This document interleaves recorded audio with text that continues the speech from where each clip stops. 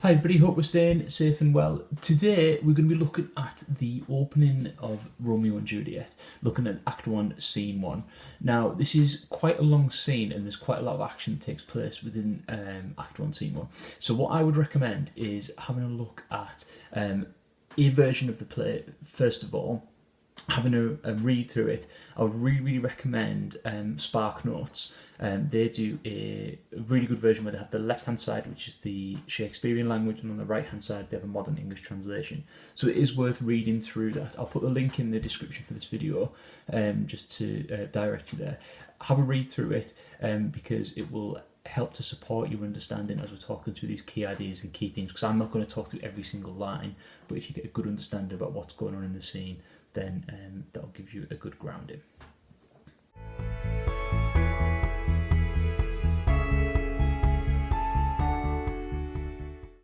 Okay, so where to begin? Looking at this scene, we need to understand that this is the opening scene of the play. We know that the prologue already tells the audience that this is a story about two star-crossed lovers who are doomed to die.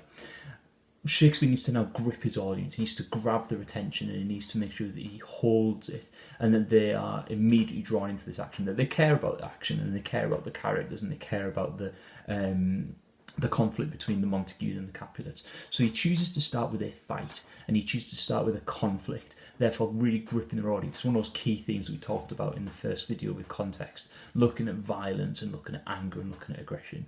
So he uses this to really grab the audience's attention, immediately hook the seriousness of it, and then also to use the consequences of that violence to set and foreshadow the problems that might be seen later on in the play.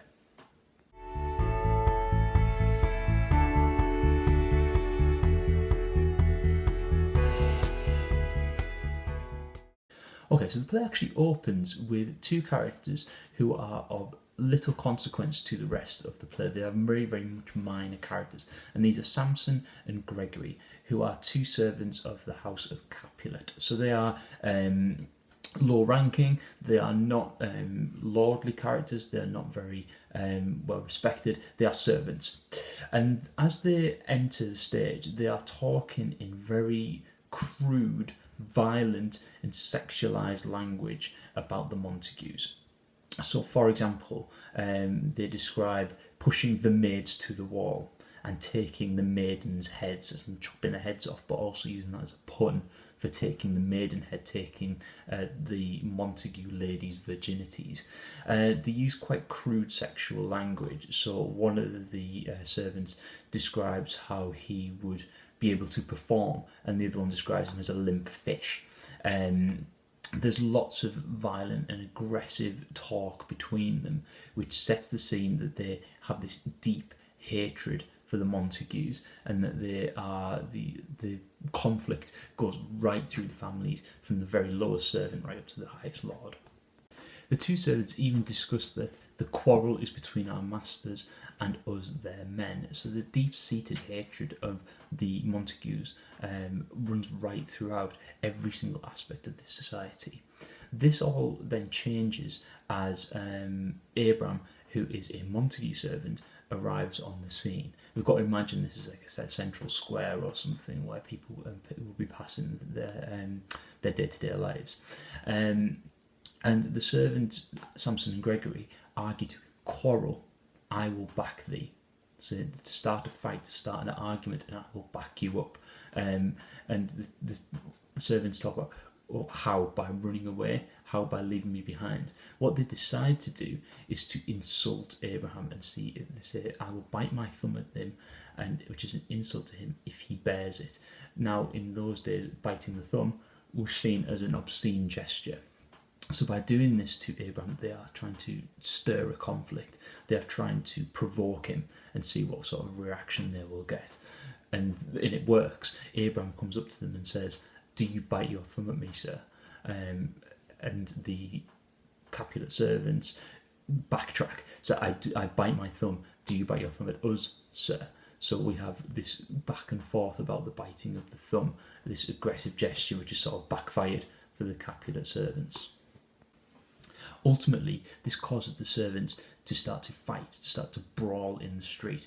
We have the Capulet servants and the Montague servants slashing at each other and attacking each other with swords. So this simple gesture of biting the thumb has caused this huge conflict and will lead to more and more people getting involved. And just Shakespeare's doing this deliberately to emphasise how deep and how resentful this conflict is, and how the hatred for these two families runs deep.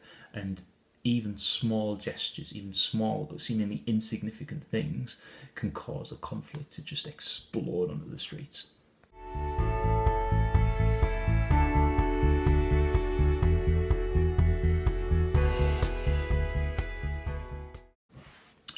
Okay, as the fight starts to escalate, more and more people are being drawn into it. So at the start we have just the servants, and then as Benvolio enters, the fight takes another twist. So Benvolio, if you remember from our character video, is Romeo's cousin, and he is more of a peaceful character. He's hot-headed and hot-tempered, but he tries to keep the peace if he possibly can.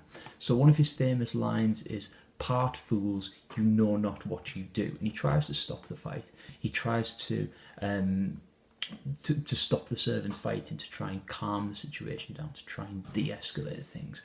However, this is made worse by the fact that Tybalt then arrives. Now, if you remember from the character video, Tybalt is Juliet's cousin, who is a more violent character, very, very quick to anger, and loves conflict. And he arrives and says, "What, drawn amongst these heartless hinds, turn thee, Benvolio, and look upon thy death. Turn around, Benvolio, I'm going to be the one to kill you." So we have these two characters almost juxtaposing each other. Benvolio here to calm the situation down and to try and create peace. Tybalt then becomes the more violent instigator and trying to push this fight even further. So Benvolio then tries to reason with Tybalt, tries to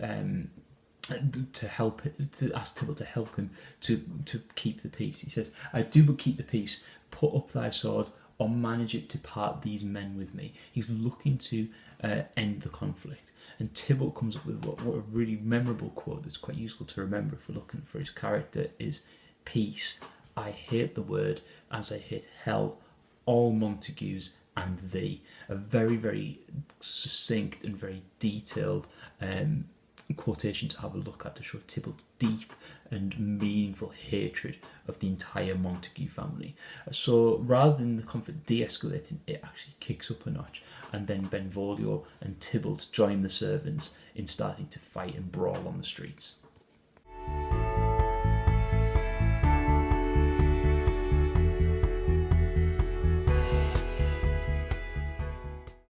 The conflict then gets even worse as the parents of Romeo and Juliet, Lord and Lady Montague and Lord and Lady Capulet, arrive on the scene. Now this bit is meant to emphasise how the servants initially started this fight, these low-ranking people, but then as more and more people are drawn in, the conflict escalates upwards. This is looking towards that ancient grudge that the prologue speaks about, and the new mutiny which is out on the streets. Now Shakespeare does make the characters look a little bit ridiculous here. Lord Capulet asks for his longsword, and his wife responds with a crutch, saying he's been ridiculous. Look, he would be better off asking for a walking stick. Montague then says old Capulet is bearing his sword, and it shames him, and his wife tries to draw him back as well. So we have this conflict escalating, getting further and further, deeper and deeper, until we have a stage crowded with people brawling and fighting.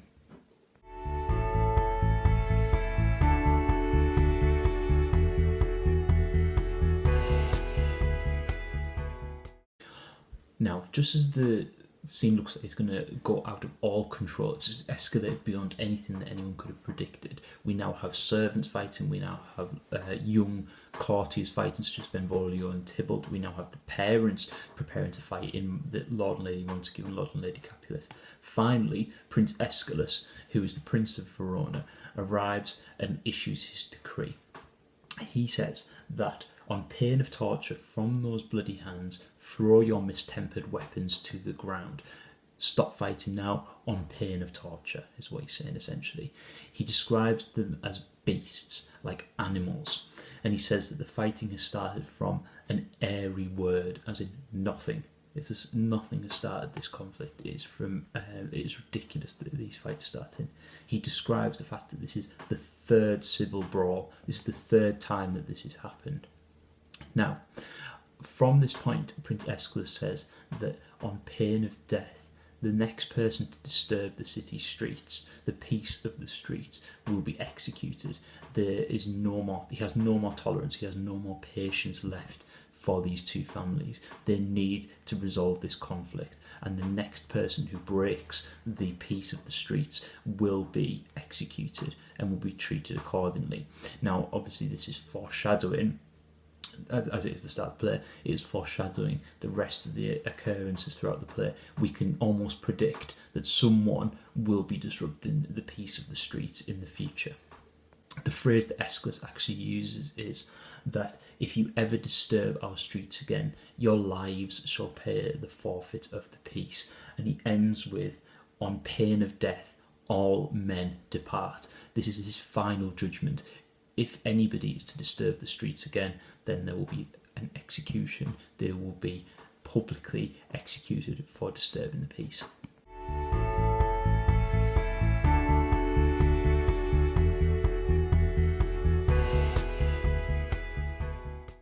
Okay, so after the Prince's decree, all of the characters, apart from Lord and Lady Montague, who are Romeo's parents, and Benvolio, his cousin, depart and leave the stage.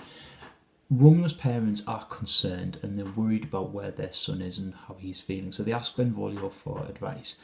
Benvolio shares with them what he knows about Romeo's presence and knows what he's been doing. So Benvolio says that an hour before the worshipped sun peered forth the golden window in the east, a troubled mind drove me to walk abroad, where underneath a grove of sycamore I early walking saw your son. He went walking before daybreak, and he saw Romeo in a sycamore grove, like a woodland area, and that Romeo was covert. He decided to hide, and he decided to walk away from Benvolio. He was sought where one might not be found. He tried to hide himself away. So Romeo is isolating himself from his family. He's trying to take himself away, and he's trying to be alone. And Lord Montague goes along with this, and he says that many a morning has he there been since. He's been there many, many times, with tears augmenting the fresh morning dew. Tears are adding to the dew on the morning grass. He says that he adds clouds and clouds of his deep sighs, so that Romeo is very, very depressed and lonely at this point, and he is isolating himself deliberately from the rest of his family. Lord Montague says that away from the light steals home my heavy son. So rather than being out in the sunshine, he decides to shut his windows and lock fair daylight out. He decides to lock himself away and hide away from the light. Now Romeo, with imagery wise, light and dark is a particular one that we're going to be looking at. So the fact that Romeo is choosing to hide himself away in the dark gives you an impression about his tone, his mood, his feelings at the start of the play. And the fact that he is choosing to spend his time in darkness is an indication about how he is feeling. So Lord Montague asks Benvolio to speak to Romeo and to try and find out what is wrong, and to try to improve his humour, to try and improve his mood.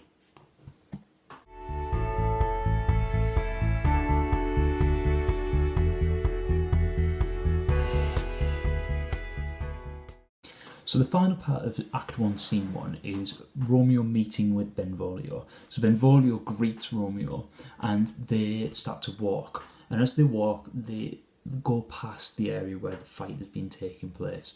Now Romeo recognises that there's been some conflict, and he says that there's more to do with love than there is to do with hate here. And this is where Romeo starts to get into the language that we see him using throughout the play, a language where it's to do with the conflict between love and hate and confusion about those two themes. So Romeo uses a series of contradictions, a series of juxtapositions, which don't really make sense, and they're meant to emphasise how love and hate are confusing and difficult concepts to consider. He says, "Here's much to do with hate and more with love, or brawling love, or loving hate, or anything of nothing first create, heavy lightness, serious vanity, feather of lead, bright smoke, cold fire, sick health." Now, these are really, really interesting short snippets that we get an impression of Romeo's state of mind at the start of the play, his confusion, his conflict between the sort of sicknesses he's feeling because of his relationship with Rosaline that's broken down, and the love that he feels for her at the same time. At the end, he asks Benvolio, "Do you not laugh? Dost thou not laugh?" And Benvolio says, "No, rather I weep for you because of this." Ultimately, Romeo ends the scene by describing how he feels about love at this point in time. He describes that love is made with a fume of sighs, so like lovers' breath. It's purged with the sparkling of lovers' eyes, a sea nourished by tears, a madness most discreet, and possibly the most interesting one is a choking gall and a preserving sweet. Now, this is an interesting image because gall is your bile, like stomach acid. So what we have is this idea that love is poisonous, and love is corrosive, but also preserving and sweet like honey. So this contradiction about how he's feeling about love is really, really interesting, and we get to grips with how Romeo is starting to feel. So when we're looking at this, have a look at this part where Romeo enters and start to think about how he's describing love and what he's saying and what impressions we are create about his attitude towards love at the very, very opening of the play.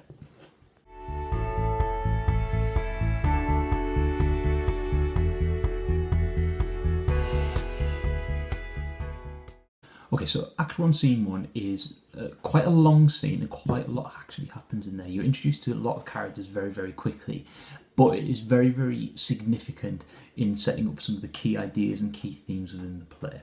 So first thing I'd like you to do is to find a copy and to read the full scene.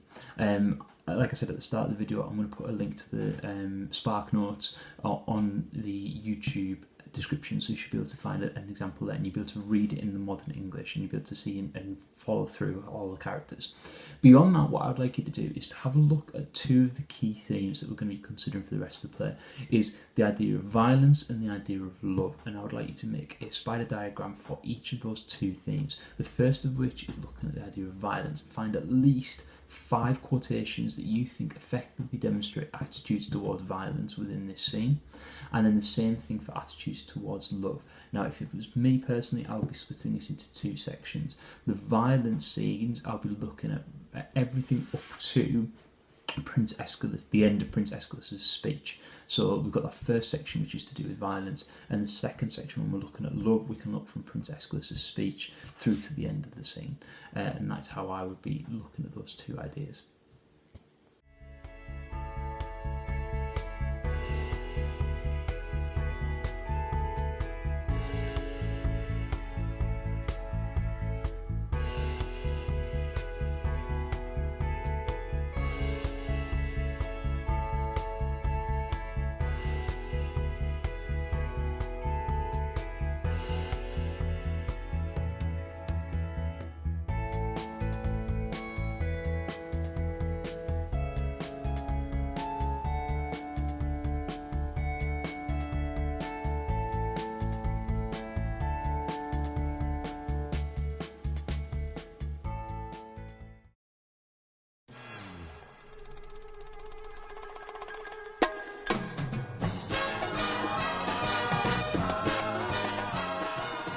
Okay, for my film recommendation today, I've gone for a sci-fi epic, which I think is Matt Damon's finest film performance, set in a near future where astronauts are starting to colonise Mars, and that is The Martian. It's absolutely fantastic, and the sort of the isolation and the desolation that the film manages to get across, and the sort of ingenuity and the plans that he puts in place are absolutely fantastic. The fact that you can hold the attention of your audience with only one person on screen for the vast majority of the film is amazing. So well worth checking out. Until next time, stay safe, and then we're going to be looking at Act 1, Scene 2.